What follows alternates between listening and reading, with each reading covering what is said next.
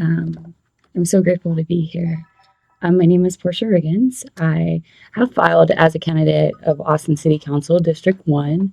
I'm currently deciding if I'm going to fulfill the seat or not, but I definitely wanted to make sure that I was honorable to you guys in showing up and giving you any information that you may have questions about, or any data that I've researched, or any type of, concerns or questions or things that you want to be familiar with in East Austin and District 1 as a whole. I've done a lot of research in knowing this community. I am from this community, born and raised. So that should be able to help you guys decide when it is voting time in November. And then you'll be able to tell your constituents and your peers more so like, hey, this is the route I think is best for our community, or more so, is this the direction I see for America as a whole. I'm pretty much here to do that, and also just pay my respects. HT has always been, a renowned school. I've had friends growing up here, graduating from here. It's only gotten bigger and bigger through the years, and I think it's a huge importance within the community of East Side that we always show love and respect to this specific campus.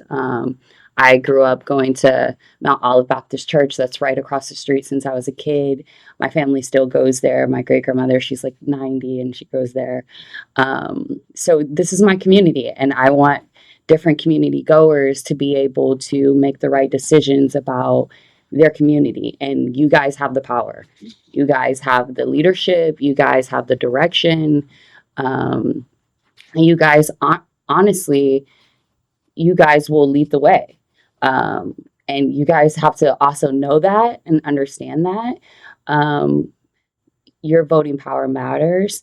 And that's going to lead a lot of individuals, whether they're students here at HT or students in District 1, um, more so about what is the best decision. I see all these faces, I see all these candidates, I see an open seat, but who's here for my community? Who will show up?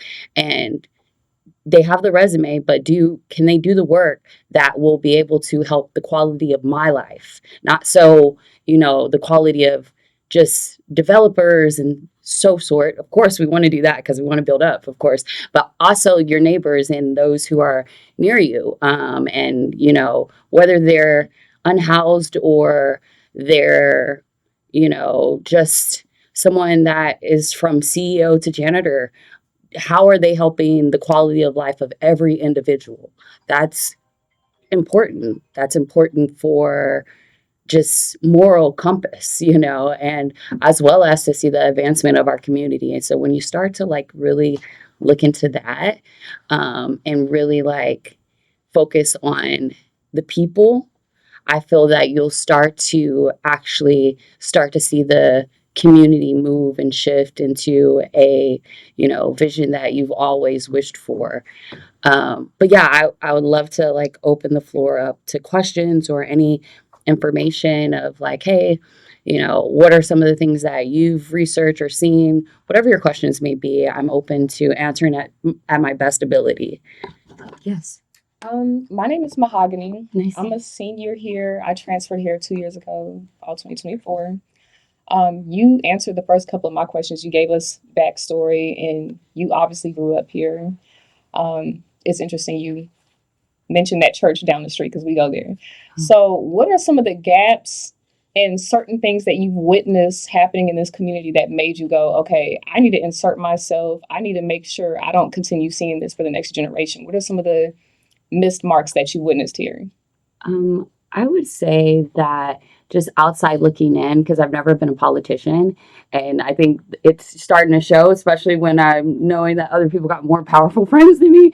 But ultimately, like as a community goer, as a resident, I noticed that there was marginalization, I would say, like in the community. Also seeing just how we're advancing in technology, which is amazing. Like, I love technology, but we're also leaving a lot of the community goers behind as far as service workers compared to, let's say, virtual uh, tech guys. After COVID, there was a shift and people had to get back up and working. Well, those guys who were virtual, they were able to, like, hey, I'm still making my money. I'm here, and even I was able to gain off of that opportunity. But then there were people that they were not able to go to work, where whether it was service industry or just service jobs, they weren't able to work. So they had to play catch up. And that's just one point. That's not all, but that's just one example. And so with that, they were having to do that catch up game. And you started to see, okay, what is the average median income now? And now it's based off of, really, so to say, these new residents who came in that are really good at technology, and they're rightfully so residents, but that's where that average median is coming in. And it's like, man, this is too high. And then it brings a concern for them too. Like, are you going to be able to sustain that? So being able to really look at those numbers, and that's more of my background of like studying numbers and that sort, just because I feel that like cleaning up that will be able to help the quality of life for people. But ultimately, like, that's just one example of something that I've noticed, because it just didn't make sense to me. Like, I'm like, man, how is it hard for long-term residents to be able to, like, sustain or be able to live? And how come, like, even if it is where it's like public housing individuals, how are they able to have like actually a quality of life where their home looks nice? And so making sure that we have something that is for all people and an average medium income that will be able to help all, I think is like something that I've noticed. Thank you, because we need to have like each student. Okay.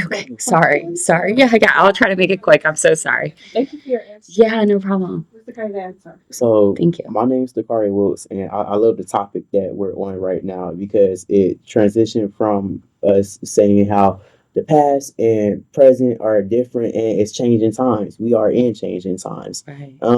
I like to ask this question to anybody who I see running in office here in this area specifically, especially now when we are facing changing times with schools and Right. K-12 education.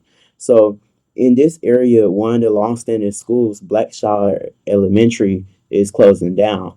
And not only do school shutdowns affect students and family members, it affects the way they live. And one of the terms you have been using is quality of life. Right. So, how will, if you were to presume a candidate seat all the way and be elected, how could you help the effects of schools closing and the quality of life that presumes after? Thank you. That was a good question. So I would say, like, first, what I've been doing is like studying and actually going to like AISD meetings and also looking at their budgeting and seeing how that is going about, because that goes into why, from what I've noticed, a lot of these closures are happening, this large deficit that is occurring. And then also being able to really identify, okay, well, what, because with the seed, it's completely different from AISD itself, but being able to actually pay attention into what they have going on and actually inserting myself as far as not vocally speaking, but studying and researching and being a presence. I think that's important. Actually being a presence, that I just don't want to skip over that part, because sometimes it's not individuals being a presence in that exact, seat, and to be able to help individuals in their day-to-day life. You want them to show up in order to be able to answer some of these things that you want to be able to see in your day-to-day from your children, from your family. So that, and then also I would say the deficit, like looking at the budgeting, because that's a huge reason. And then seeing, okay, what are the decisions that they are going to make? Okay, from there, they'll make a decision, but how do we also be able to uphold the culture of these communities? Like I went to Oak Springs elementary school from pre-K to fifth grade. That was one of the schools that they were considering closing. And then it looks like they decided Blackshear to take all the kids over there. And it's like, man, I wouldn't want it to be either or because this is historical. It's been here forever, you know. So really just putting myself in a position of how to, you know, be able to create a policy, you know, where school students aren't hopping from school to school because that's messing up their education as well. I would say it could filter into like not giving them the attendance they need in order to be present. And that matters. I was present every day at school. So that helped me, you know. But yeah. Okay, sorry. Thank you. Thanks for the question. Ryan Fontaine Mitchell, I'm a senior here at HT. My question for you is, how do you plan to engage young voters and students, especially here in Austin at HT? Ultimately, young voters, I would say what I would want to do if considering to go full throttle with the seat is like using the tactics of social media, but also allowing them to be volunteers and being involved, I feel is important as well. So something that I've heard was like, oh, do TikToks, you know, and do these different things that will like really bring interest into the young voters. So that was something even to consider. And then also, I think like being able to go to these students who are going to graduate high school, giving them service hours to be able to volunteer and get them involved in knowing what's going on in their community in that aspect. I feel like those are like at least two points that you could really dive into. I don't want to, I can keep going and going, but definitely I would say like a social media base, but then also that in-person aspect as well, that on-site, that's important. And I think that will be able to really create a camaraderie and a community of, you know, young voters. Okay. Hi, my name is Ruby Pepito. I'm a sophomore here, and my question is, in another interview, you described your path into politics as reluctant authority. So what was the moment for you where you realized that you had to run rather just wanting to? That's good. Thanks.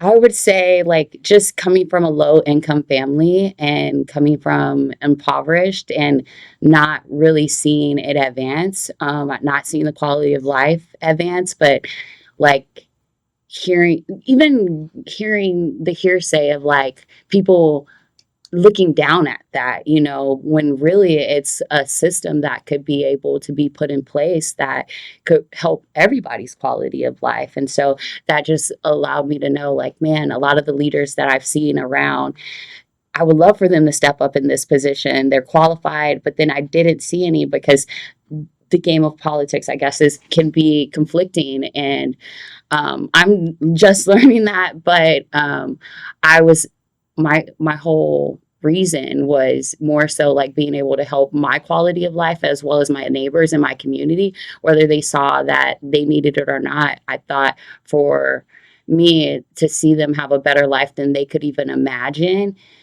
I've been to different cities, I've been to different states, I've been out the country, and somebody who comes from a low income family, no inheritance, no leadership, being able to have that opportunity of resources, I know it's possible for the everyday person. I know it's possible even for those that are unhoused. Just being able to give them, you know, a representation, I think was really a reason that I decided to do it. It's probably way many more, but I would say like that was like, you know, a gut feeling of, man, I have to be able to show these people like it's more out there.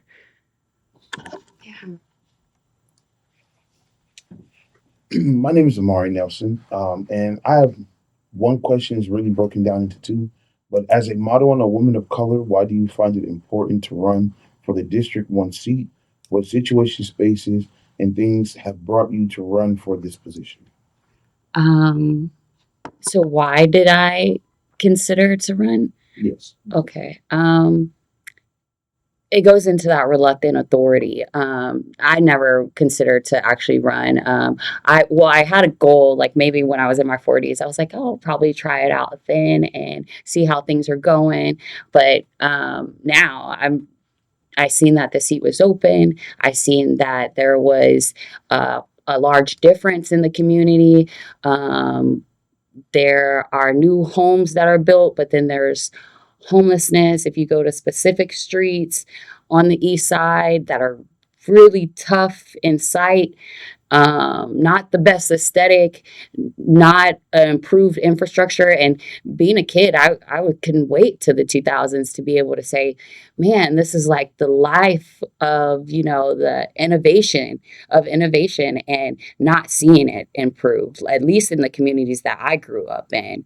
And so it was like, man, well, if I can be that voice to say, hey, well, this area, this zip code, I know these areas, hey, if we focus on these things, like we'll be able to see an advancement, and being able to be that voice, like to allow to be in the ear of other leaders, not to make the decisions for them, but to give them some type of information that is, lived in.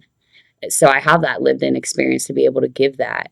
And so I see that I would my ultimate goal was to be able to help all demographics, all families improve, and being able to know how to look at each one to do that improvement. And knowing that they're all different, but being able to actually, give that information of research and lived in experience. And I think that was hugely important for me. Just not seeing that infrastructure improve, not seeing that, income improve, workforce solution, housing. I can go on, and I'm pretty sure we all are experiencing it. That's the main news articles that we're seeing around. But there are people that are actually like struggling heavy, like more than us, so being able to step up was important. Hi, I'm Serena. How is it being a student and campaigning at the same time? I think that it's going good, like I enjoy it. It keeps me always having knowledge, new information on my brain. I think that keeps me more equipped. I think that more students should try it, because we are the leaders, and the more information that you access day to day, you're like on a roll versus like, not getting information day to day, and you're just kind of waiting on it, or you're kind of just waiting for somebody to source you some information. But when you're a student, you're getting all the sources, you're having to do the research. And then if you're already interested in a specific topic like city council or government, local government, then you're like, oh, well, I'm going to do my research on this. Let me dive more into this information. Let me research more into this information. So now you have like way more data than, probably the average competitor. Last one. Thank you. Oh my gosh, this is. Thank you guys so much for all your questions. These are good questions. My name is Kiara Haynes. I am also a graduating senior. So my question would mainly be, everybody kind of asks mostly the gist. So I would say with, being a student and campaigning at the same time, what outside of, getting more young voters to actually vote, what would you say is like your biggest challenge that you feel like you may face, and how will the young community, or especially the young Black community or just colored community, be able to help and assist you to be able to get that goal rolling and started? Oh, well, that's a really good question.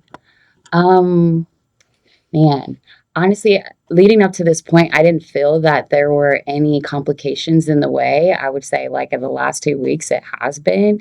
And so that's kind of why, like, me not being present immediately. Normally I am, like, I'm showing up to everything, but I think it's politics at this point. And when you start to be the viable candidate, it starts to get really, really tough, where individuals, they want the best, allies to win more so. But like for me, your question was amazing because how do you get it's about the voters at the end of the day, like helping the voters be able to get that succession plan, get for their families, for their generations to come. So helping would be, just focalizing, I would say, like who you see best, and being honest about it. And also, creating a community of a sustainable solid foundation of, hey, this is how we're going to make sure that this happens. This person gets in that seat, whatever we got to do, whatever is need to be done. Especially look at yourself in that position if that was you, because let's say that you guys eventually go into that path. Well, how would you make that path an opportunity for you? And if blocks came in the way, what would you do to make sure that it happens for you? Well, you'll have to actually have allies. You'll have to actually have peers and constituents that are all on board of seeing you thrive. And so being able to have individuals that want to see you thrive and support you and build that strong foundation, I think is going to be like huge. So I have one quick question for you. Yes. Does Austin have a displacement crisis? And if so, what would you do about it? From my knowledge, no. D1, yeah. From my knowledge, no. But what I would do about it, I would put something in place to where long-term residents won't have to be pushed out of their homes. And I think ultimately with that is understanding that there should be a choice of not being pushed out of your homes. It should be an option. Whether if you want to sell, you can sell, but not to where it's I can't afford, so I have to sell, So being able to put something in place where long-term residents actually get the fruit of their labors of building this community and creating this community. And that's been like one of my biggest, pushes, because seniors are like being left behind so much just because they don't have digital access or they're not as equipped to technology, and they're the ones who built this community. So it brings a concern for the next generation, because just because we're advanced in technology doesn't mean that we know how to build and keep a community thriving. So being able to really look into that and actually, create a understanding of there shouldn't be displacement. If you really look at the numbers, back in 2010, I believe, early 2000s, East Austin was 40% African American, 40% Latino, and possibly 20% white and Caucasian. And then now it's 23% Black, so it's cut in half. And then there's 39% Hispanic, Latino, and then white, Caucasian. I believe it's now, they're over African Americans, about like 25%. So being able to look at that and speak up to that and know those numbers, I think is going to be huge in that foundation of being in the seat. Thank you. Yes, ma'am. And thank you for. Yes, thank you. Yes. We're going to do two things with this. They will be publishing stories in Austin Free Press, as well as a podcast. And that's why it was important to film and get the audio. And so thank you so much for coming. We appreciate your being here today. Okay. And if they have follow-up, they will get in touch with you. We have your contact. Okay. Yes. Okay. Thank you, guys. Thank you. Y'all have a great day. I hope I was of help.